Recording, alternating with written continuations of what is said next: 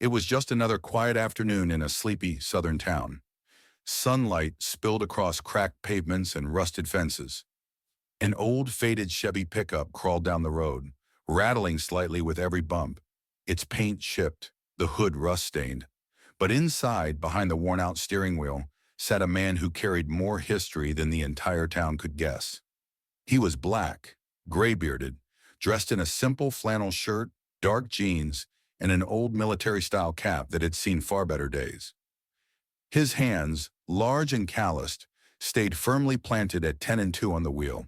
His eyes, hidden behind scratched aviator sunglasses, never left the road.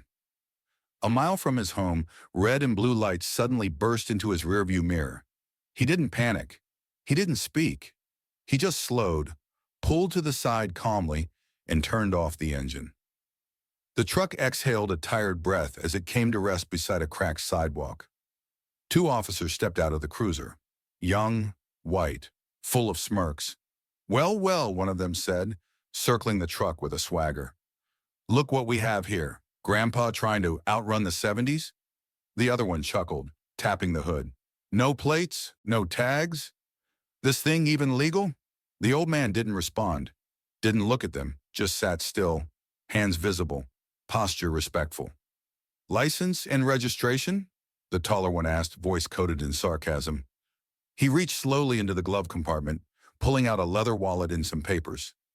Aged, creased, he handed them over without a word. The officer flipped through them. "Says here you're retired. Harold Briggs, born 1941. You serious?" The other one leaned over. "This thing's been on the road since '68? Man, it looks like it came out of a museum. Probably stole it off someone's farm." Still, no reaction, just the same quiet, stoic presence. His silence made them uncomfortable, but not enough to stop. "Step out of the vehicle," one of them finally said, now sounding more official. He did, calmly, deliberately. Every move measured like he was still following drill protocol. As he stepped onto the sun-scorched pavement, the heat didn't seem to faze him. What he'd endured in life made this moment feel small. "Turn around," the cop ordered. "Got anything illegal in the truck?" He shook his head, slow and deliberate. "No sudden moves, old man," one of them muttered. "Don't want any surprises." The other started inspecting the truck, tracing his fingers across the body like a pawn shop dealer appraising junk. He laughed. "What's this? War paint? Or just years of neglect?" He popped open the back. Pieces of wood, nails, and hardware supplies lay packed in the bed. "What's all this for?" He finally spoke, voice low, calm.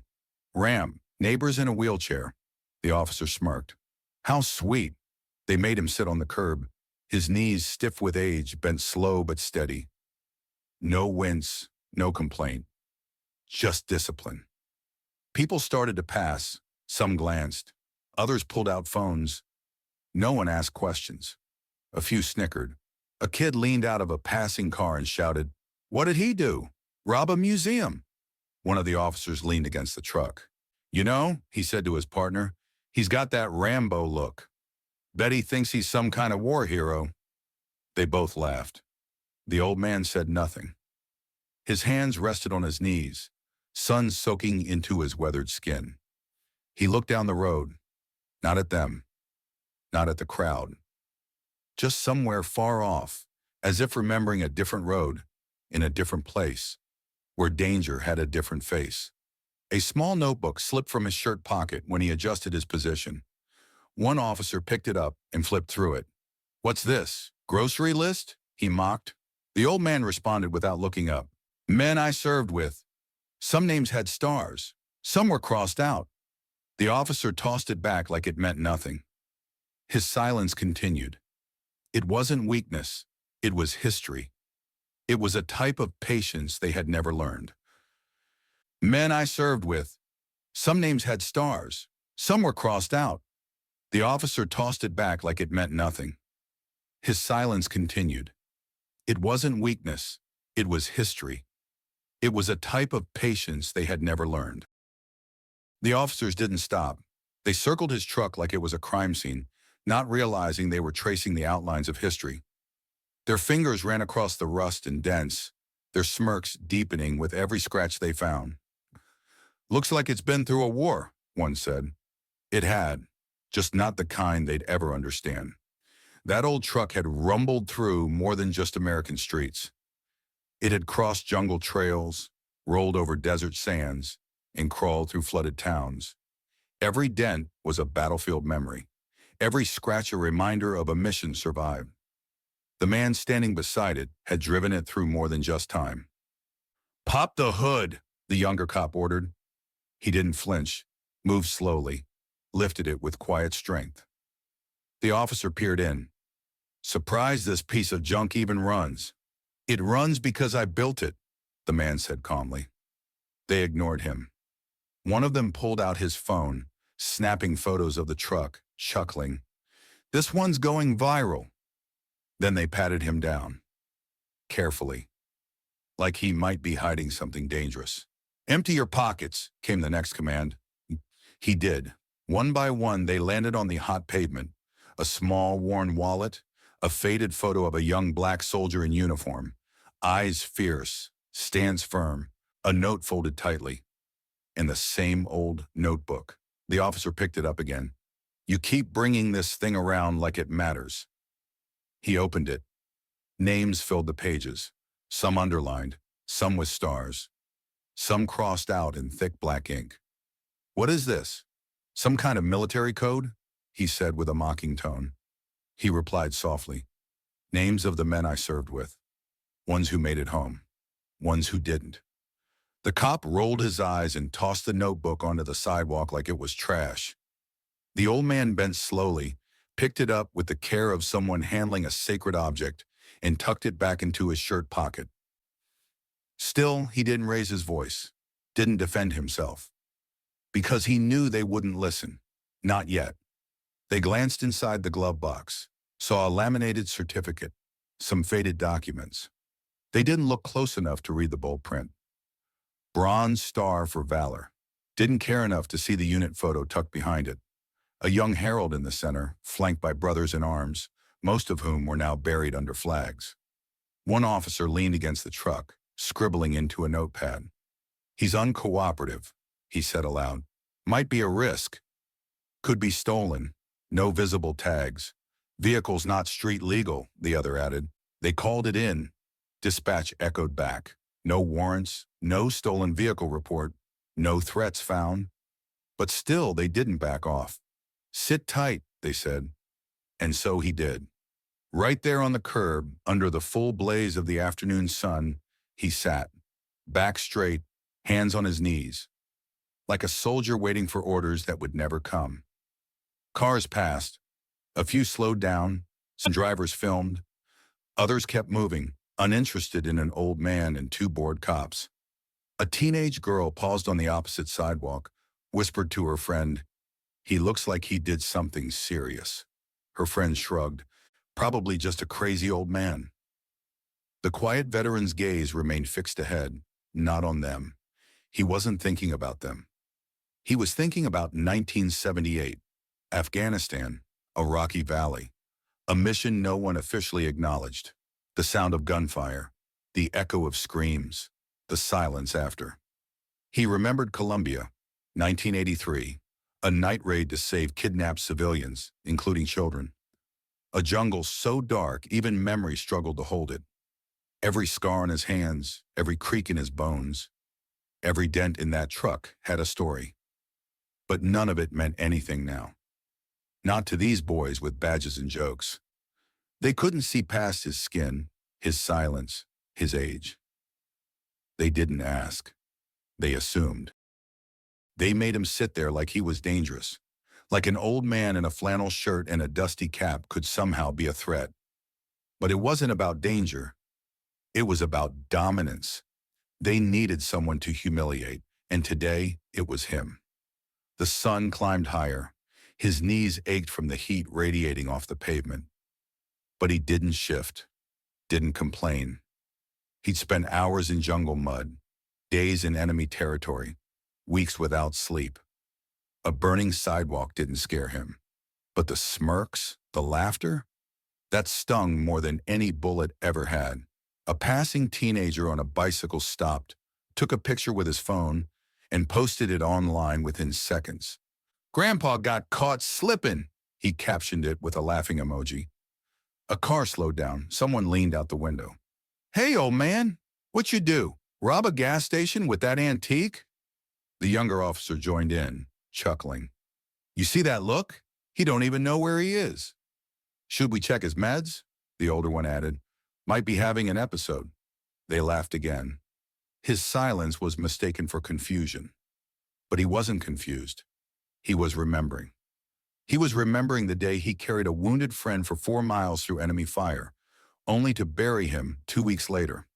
He was remembering nights spent under the open sky, counting stars and praying to see sunrise. He was remembering the faces of young men who followed him into hell and never made it back. He wasn't confused. He was tired. Not of walking, not of sitting. Tired of proving he belonged in a country he nearly died for.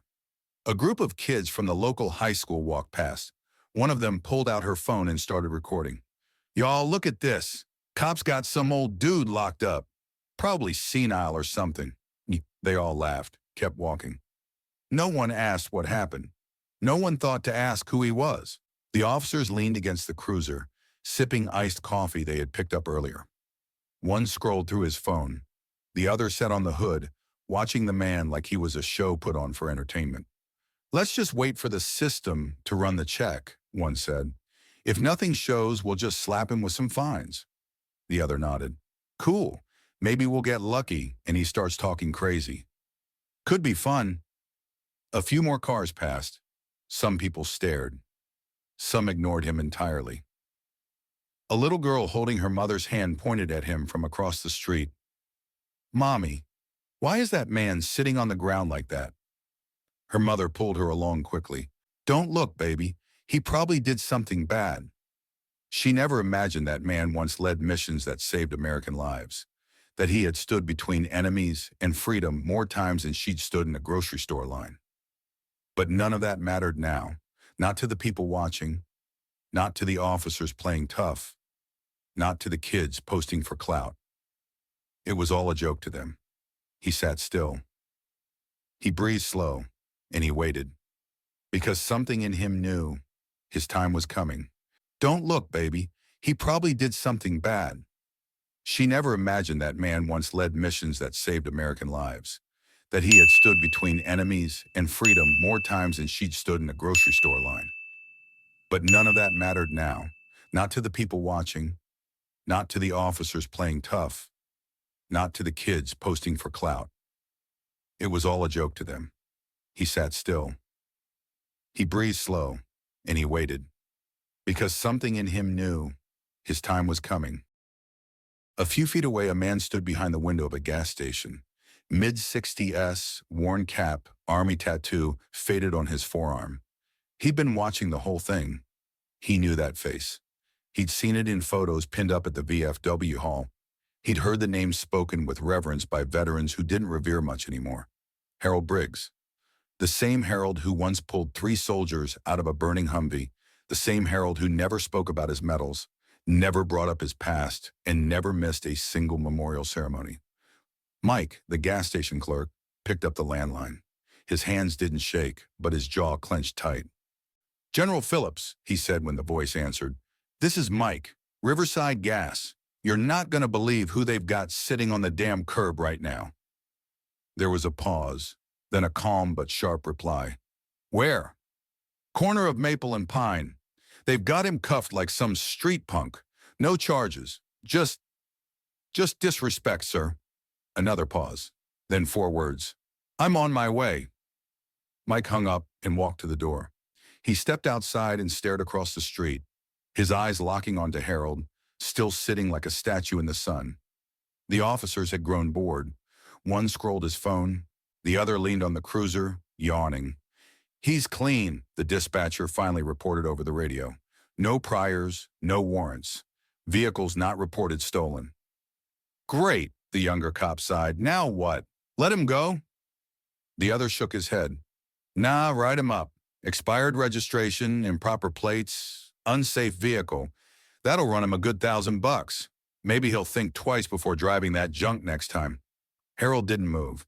He didn't even blink when they approached with clipboards in hand. Then the wind changed. A low rumble echoed down the street. Tires on hot asphalt.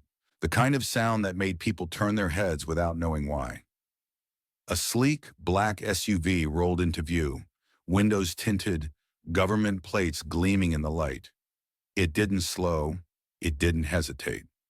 It pulled up right behind the cruiser, stopping with precision. The doors didn't fly open. They opened with intent. Out stepped a driver in military uniform, followed by a tall, broad-shouldered black man dressed in full four-star general regalia. Medals, stars, stature. Every conversation within earshot stopped. Even the birds went quiet. The younger cop took a half step back. "Is that federal?" he whispered. "No," the other muttered. "That's military. Maybe Pentagon." Neither was ready for what came next. The general didn't salute. He didn't smile. He pointed straight at the officers and said 6 words that cracked the silence like thunder. "You just stopped the man who trained me." The officers stiffened. One of them instinctively reached for his badge. The other adjusted his belt like it might protect him from whatever was coming. The general didn't flinch. He didn't even break stride as he crossed the pavement, his boots echoing sharp against the silence. His gaze locked on Harold, still seated, still calm. He stopped in front of the 2 stunned officers and repeated, slower this time, "Which of you stopped this man?" Neither answered. One opened his mouth, but nothing came out. The general turned to Harold. "Permission to help you up, Sergeant Major?" Harold, still calm, nodded. "Permission granted." The general reached down and offered his hand, not like a savior, but like a soldier respecting another. Harold stood on his own. He didn't need the help, but the gesture mattered. The crowd across the street had grown. Cell phones were raised. No one dared speak. The general turned back to the officers. "Do you know who this man is?" "He didn't have proper registration, sir," one mumbled, "and his vehicle isn't street legal. We were just following protocol." "Protocol," the general repeated, then looked at them hard. "Do you know what protocol is built on?" They didn't respond. "Judgment," he said, "and you clearly lack it." He turned slightly to the crowd.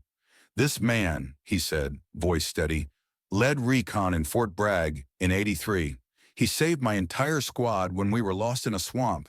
No GPS, no backup. He found us, got us out, carried a wounded man on his back for 2 miles while enemy fire chased us through the trees." The crowd murmured. He pointed at the rusted truck. "That truck?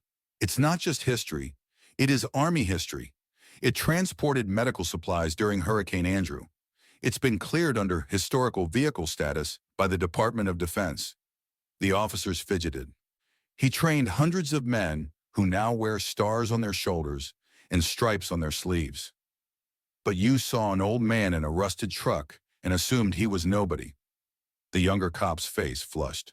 "Sir, we didn't know," the general snapped, "because you didn't ask." He turned back to Harold, voice softer now. "I carry your lessons with me every day, Sergeant Major. What you taught me saved lives, mine included." Harold gave him a single nod. "You did good, son." A military aide stepped forward and handed a black folder to the older officer, the seal of the Pentagon embossed on the cover. "This is the unclassified version of Sergeant Major Briggs's service record," the general said. "I suggest you both read it, carefully, before your shift ends." The officer took the file like it was made of glass. "I'd also suggest you update your vehicle records. This man's registration is renewed annually through DoD channels. Maybe if you checked instead of assuming." Harold stepped forward. "General," he said softly, "these men were doing what they thought was right. The fault isn't entirely theirs." The general looked at him. Harold continued, "We built a system where badges matter more than the people wearing them, where orders replace thinking, where silence is confused with weakness. I saw it in Vietnam. I saw it after 9/11s. And I saw it here today." The general exhaled slowly. "Always the teacher, aren't you, Harold?" Harold gave the faintest smile. Until they put me in the ground, sir. Silence again. The crowd now looked different. Respect had returned to the street. A little girl near the front whispered to her mom, "Is he famous?" "No, baby," her mom whispered back. "He's more than that. He's real." One voice broke the silence. "He built my dad's wheelchair ramp." A woman stepped forward from the crowd, mid-30s, eyes glassy. She pointed at Harold. "He did it after my dad's stroke, refused to take a single dime, just showed up, measured the porch, and came back the next morning with lumber." Another voice chimed in. "He taught my son Scout Troop Wilderness Survival last summer. I've seen him deliver groceries to the senior center every Wednesday," said an elderly man holding a cane. The crowd wasn't just watching anymore. They were remembering. A woman in scrubs stepped to the front. "He donated blood every month for 30 years. Never missed one." The general nodded like none of it surprised him. Sergeant Major Briggs never stopped serving. He just changed uniforms. The officers stood frozen. The younger one couldn't meet Harold's eyes. The older one tried to explain. "Sir, we were just following policy. The vehicle—" The general's voice turned sharp again. "Policy? That man wrote the protocol for night extractions that's still used by special forces today." He looked at the truck again. During Hurricane Andrew, he drove that truck through 4 feet of floodwater to deliver medical supplies. No orders, no backup, just a mission and a will to complete it. Harold remained quiet. His face didn't show pride, just calm. But those who knew him noticed the shift in his shoulders, the subtle straightening, the quiet weight of being seen again. The younger officer finally stepped forward. "Sir, I want to apologize. I didn't know. I had no idea." Harold gently raised a hand. "That's the point, son. You never know who someone is just by looking at them. That's why respect should come first, not last." The silence that followed hit harder than any shout ever could. The general pulled a second folder from his aide and handed it over. "Give this to your sheriff. It includes confirmation of Harold's historical vehicle status, veteran clearance, and Department of Defense protections. Maybe next time, check your records before checking your ego." The older officer nodded with his head down. "Yes, sir." Harold turned to the crowd, now gathered around him. "I'm not angry," he said, "not even surprised. It's been like this a long time. You serve, you disappear, and after a while, people forget." A young man from the crowd asked, "Why didn't you ever say anything?" Harold smiled faintly. "Because real service doesn't come with an announcement. It comes with action." Someone clapped. Then another. Within seconds, the whole street echoed with applause, not the kind meant for a celebrity, but the kind meant for someone who had quietly held up the walls of the very town that overlooked him. The general stepped back, allowing Harold to stand in front of the truck. His truck, the same one people had mocked just an hour earlier. Now, no one saw rust. They saw resilience. The officer who had mocked his notebook now looked at it differently. The names inside were no longer scribbles. They were stories, lives, sacrifices. The same notebook he had thrown to the ground was now something sacred. The general spoke once more. "Sergeant Major Briggs extracted 23 hostages from a Colombian jungle in '86, returned to active duty at age 60 after 9/11s to train elite units, developed high-altitude rescue techniques that saved 18 airmen. 3 U.S. presidents have shaken his hand. His records remain classified until 2075. He turned to the officers. "You don't have to salute him, but you damn sure better respect him." That afternoon, the sheriff's department issued a public statement. They called it a misunderstanding, but the video had already gone viral. 4-star general defends elderly veteran mistreated by police. By nightfall, it had over 8 million views.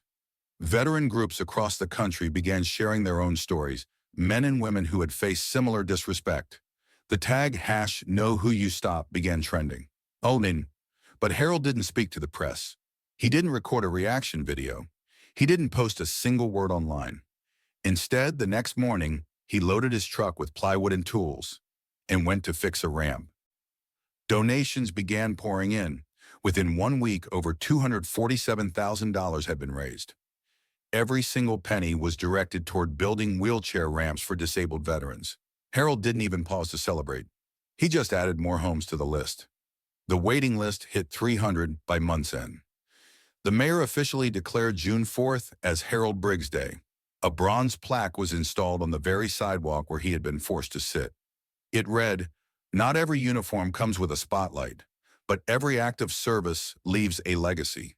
The younger officer, Brian Keller, didn't vanish after the apology. He came to see Harold 2 weeks later. No cameras, no press. Just a man who knew he had gotten it wrong.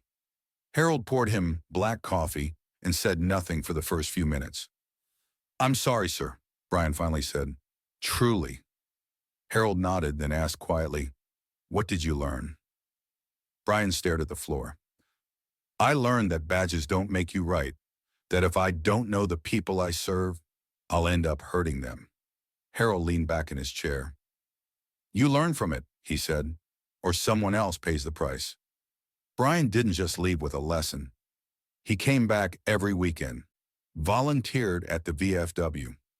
At first, the old vets side-eyed him, the cop who humiliated one of their own. But Harold's quiet nod was all it took. By that fall, Brian was fixing roofs with them, carrying supplies, showing up before others arrived, listening more than he spoke. Harold said little, but he watched everything. When asked why he returned, Brian always said the same thing: "Because I realized I never even knew who I was protecting." The sheriff launched a new training initiative, Recognition and Respect, Veterans in Our Community. Harold was invited to speak at the first session. He stood before a room full of rookie cops and said just 11 words. "Service doesn't end with the uniform. Neither should the respect for it." 3 months later, General Phillips came back. No uniform, no SUV. Just him in jeans, sitting on Harold's porch. They drank whiskey and watched the fireflies rise from the grass. "You turned it around," the general said, "like always." Harold shook his head slowly. "They turned it around themselves. All they needed was a mirror." The truck still rolled down Main Street every morning, still carried lumber, paint, tools. Sometimes it carried a coffin draped in a flag when a veteran passed with no family to honor them. And whenever police cruisers saw it coming, they didn't stop it anymore. They pulled over, and they saluted. At the police academy, every new recruit now receives a laminated card on day one. It has just 6 words printed in bold letters. "You never know who you're stopping."